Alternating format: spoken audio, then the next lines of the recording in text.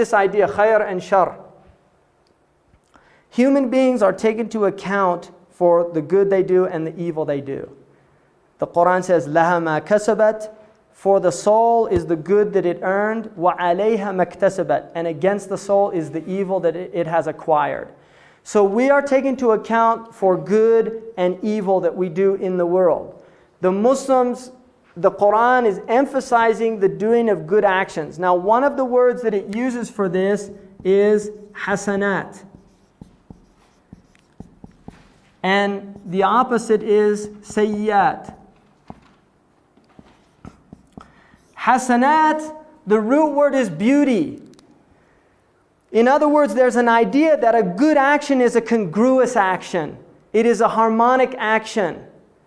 That a bad action is aesthetically unpleasing. It is cacophonic. It is ugly. That the human being by nature recognizes beauty and recognizes good. And this is the idea in the Quran. It says, وَهَدَيْنَاهُ النَّجْدَيْنِ, we guided the human being to the two roads of good and evil. That there is something inherent within the human being. Now if you look at this in terms of the animal kingdom, when animals do something, we do not put moral judgment on it. If a snake bites and kills a child, we do not say it's an evil snake. I mean, people might do that metaphorically, but they don't.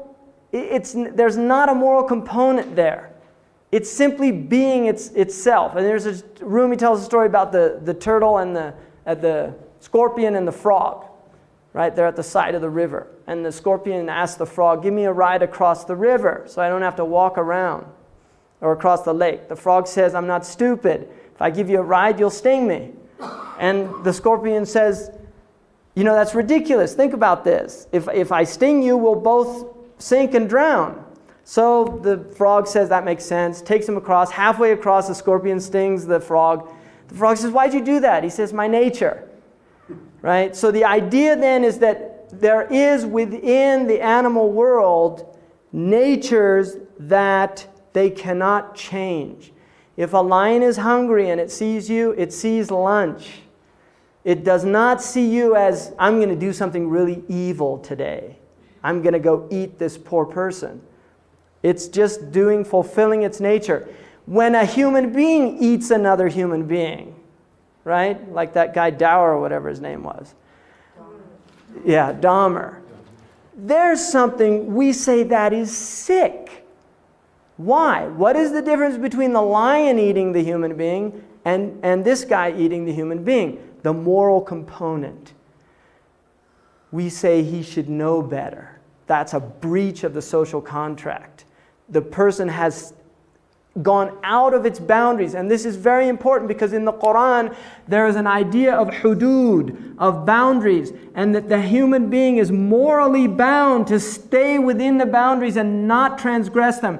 And the word in Arabic for an evildoer is fasiq, which comes from a root word when the seed splits and it comes out of the shell. So the fasiq, the evildoer, is the one that splits the protective boundaries of the hudud. Now these are seen, the hudud of Allah, which are the sharia, the sacred law. These are seen as not simply arbitrary laws. Don't do this, don't do that. They are protective laws from the Muslim perspective. These are laws designed to maintain integrity within the society. When the Quran says, "La taqrabu zina," do not go near fornication. Why? It says because it's a fahisha, it's a perversion, wasa'a sabila, and it leads down a terrible road. So the idea is that, look, this is not simply an arbitrary law. There are consequences that are related to this transgression that will have wretched effects in your culture and in your civilization. I know that Islam and other faiths reject homosexuality as a perversion. But how do you counter when you talk about the very nature?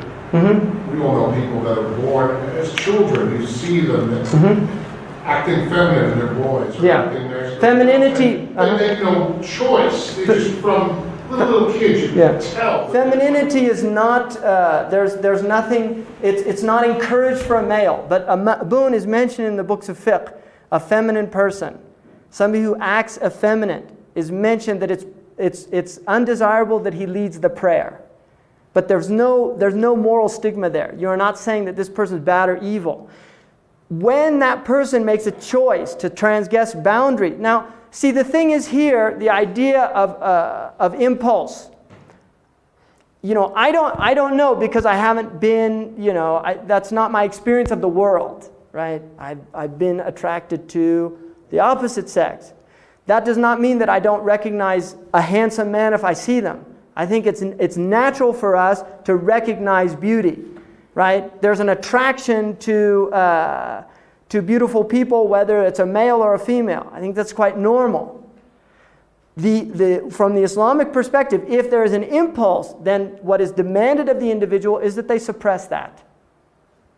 So, from the Muslim point of view, if a person does have homosexual impulses or desires, which obviously there are people that have that, the Muslims would say that is the same as somebody having an impulse to steal. That they like something, they want it, and they desire to steal it. They have to say, no, I will not transgress the boundaries. That there are implications. And the implications, there's an idea within Western culture, modern Western culture, that as long as I don't harm anybody else, it's okay. From the Muslim point of view, there is a harm when it emerges into the public space.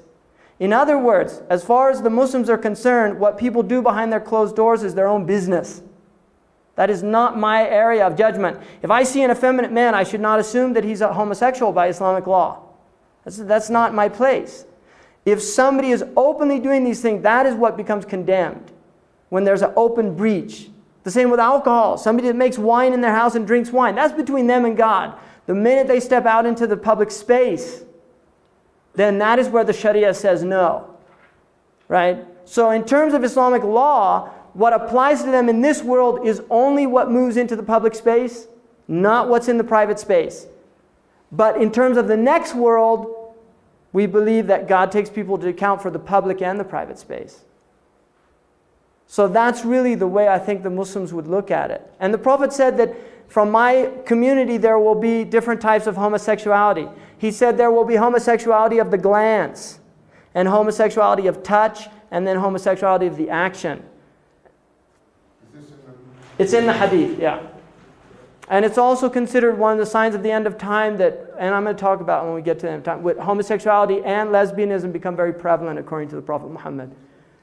It is one of the signs of the end of time. And he actually said that men would marry men and women would marry women. That is in one of the hadiths. Now, in terms of are we predetermined to hell?